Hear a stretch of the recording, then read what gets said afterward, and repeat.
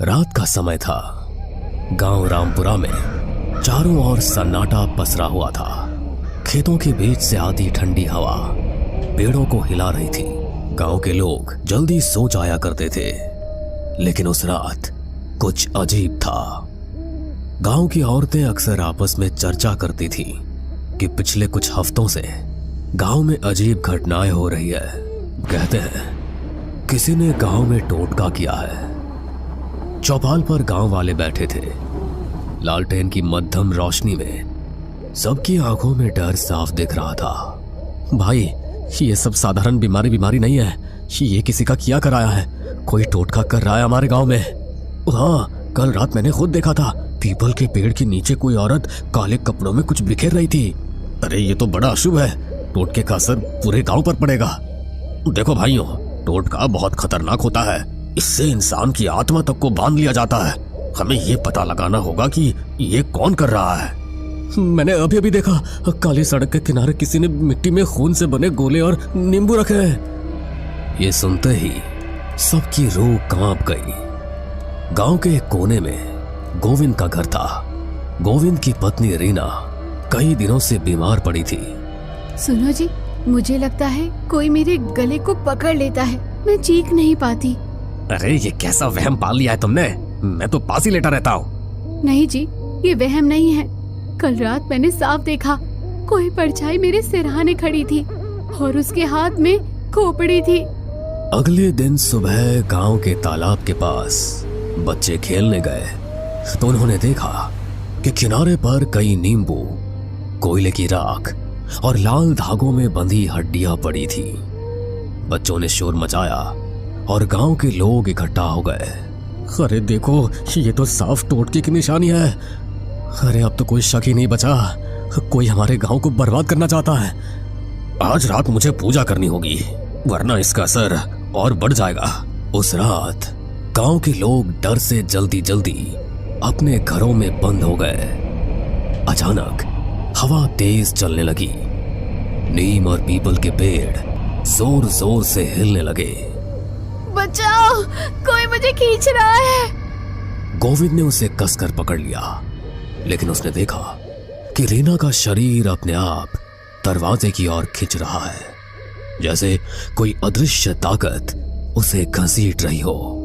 पंडित जी, कोई जल्दी आइए, रीना को बचाइए।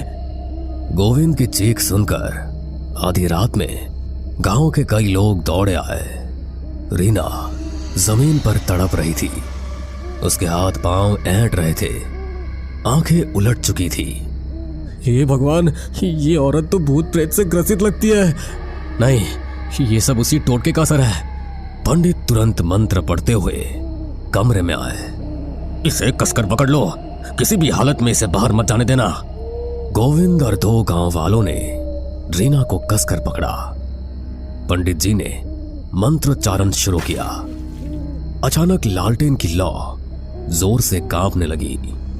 छोड़ दो इसे, ये अब मेरी है, कोई नहीं बचा सकता इसे।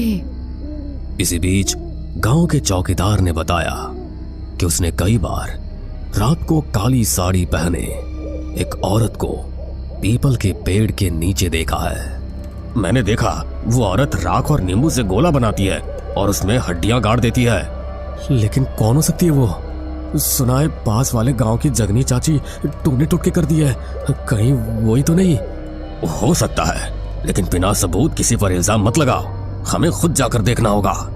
उस रात पंडित जी, गोविंद, रामलाल और गफूर, चार लोग लालटेन लेकर पीपल के पेड़ की ओर निकले। हवा में अजीब सी गंध थी, जैसे किसी ने जानवर की बलि दी हो। पेड़ के नीचे पहुंचते ही सबके कदम रुक गए। जमीन पर राख, नींबू और खून से बनी आकृतियां पड़ी थी और बासी मिट्टी में गड़ी एक मिट्टी की गुड़िया मिली, जिसमें रीना का नाम लिखा हुआ था। ये तो मेरी बीवी का नाम है। अब साफ हो गया, किसी ने रीना पर टोटका किया है। अचानक पास की झाड़ियों से सरसराहट हुई। सबने देखा, काली साड़ी पहने एक औरत झुककर कुछ बुदबुदा रही थी। उसके हाथ में एक मिट्टी का घड़ा था। वही है, वही औरत। वो औरत फटाफट अंधेरे में गायब हो गई। अगली सुबह गांव में ये खबर फैल गई। ये टोटका अगर बढ़ गया तो पूरा गांव तबाह हो जाएगा। हमें उस औरत को पकड़ना होगा। बेटा, लेकिन ये काम उतना आसान नहीं है। इधर रीना की हालत और बिगड़ गई। वो कई बार अपने आप घर से बाहर निकलने लगती, जैसे कोई अदृश्य ताकत उसे बुला रही हो। उस रात श्यामू ने बताया कि उसने तालाब किनारे उस औरत को देखा। उसकी हंसी सुनकर मेरी आत्मा कांप गई। वो बोली, रीना अब मेरी होगी, उसकी आत्मा मैं ले जाऊंगी। लोगों को अजीब परछाइयां दिखाई देने लगी थी। पंडित शंकर दयाल ने चौपाल पर सबको इकट्ठा करके कहा, सब लोग मेरी बात ध्यान से सुनो। इस गांव पर काले जादू का साया है। पर पंडित जी, हमें क्या करना होगा? हमें उस औरत को पकड़ना होगा जो टोटका कर रही है। लेकिन याद रखना, उसकी नजर से मिलते ही आदमी पागल भी हो सकता है। इधर रीना की हालत बहुत खराब हो गई। उसका शरीर दिन ब दिन कमजोर होता जा रहा था। उसके चेहरे पर अजीब किस्म के निशान उभरने लगे। कभी वो पागलों की तरह हंसती तो कभी जोर जोर से रोती। तुम सब नहीं बचा पाओगे मुझे, मैं तो उसी की हूँ, वो मुझे बुला रही है। गोविंद डर कर पीछे हट गया। हे भगवान, मेरी बीवी को बचा लो। उस रात चौकीदार ने फिर काली साड़ी वाली औरत को देखा। उसने तुरंत गांव वालों को खबर दी। पंडित जी, गोविंद, गफूर और रामलाल लालटेन लेकर उस ओर भागे। तालाब के किनारे चांदनी रात में वो औरत खड़ी थी। उसके हाथ में मिट्टी का घड़ा। वो अजीब मंत्र पढ़ रही थी। अरे पापिन, ये क्या कर रही है तू? औरत ने धीरे धीरे मुड़कर उनकी ओर देखा। उसकी आंखें लाल थी। उसके होठों से खून टपक रहा था। आ गए तुम सब। जिसे बचाना चाहते हो उसे तो मैं पहले ही बांध चुकी हूँ। अब कोई नहीं छुड़ा सकता। तू कौन है? तुम्हारी रीना, उसकी किस्मत मैंने लिख दी है। उसके जीवन की डोर अब मेरे हाथ में है।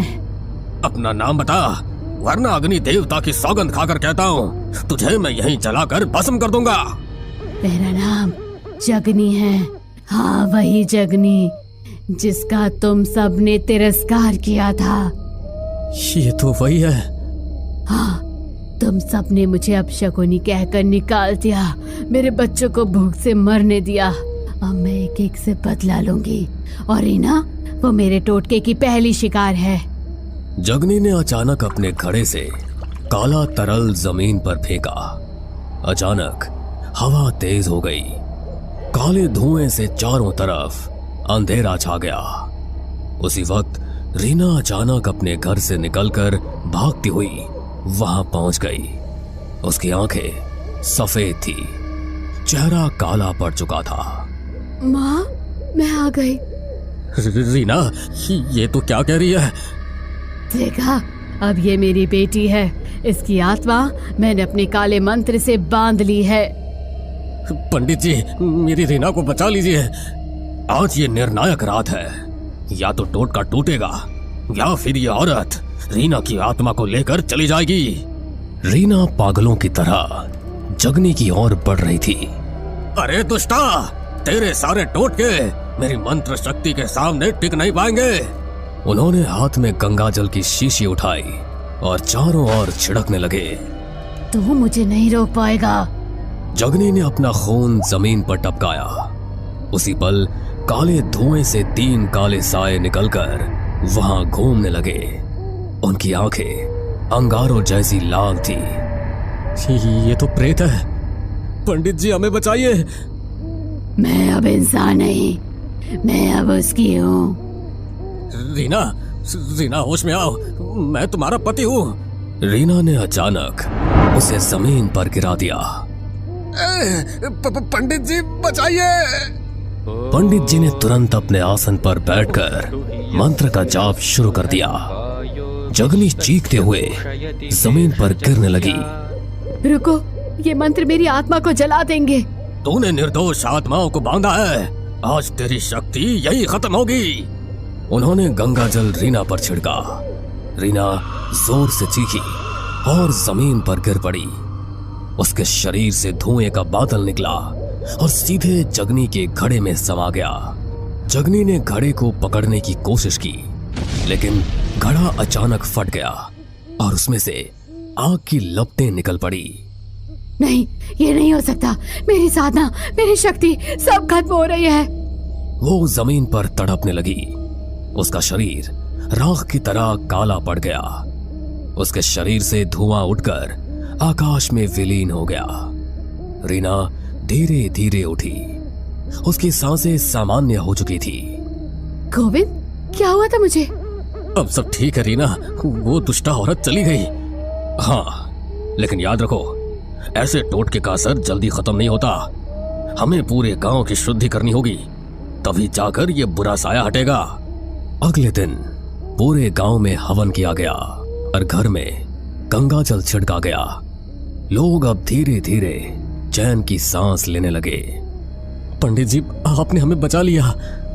बेटा देखो, बचाने वाला तो भगवान है, इंसान तो सिर्फ माध्यम होता है। रात गहरी होते ही पीपल के पेड़ के पास अब भी अजीब आवाजें आती है। शायद जगनी की आत्मा अभी भी चैन से सो नहीं पाई। गांव वाले उस जगह से गुजरते हुए आज भी कांप जाते हैं।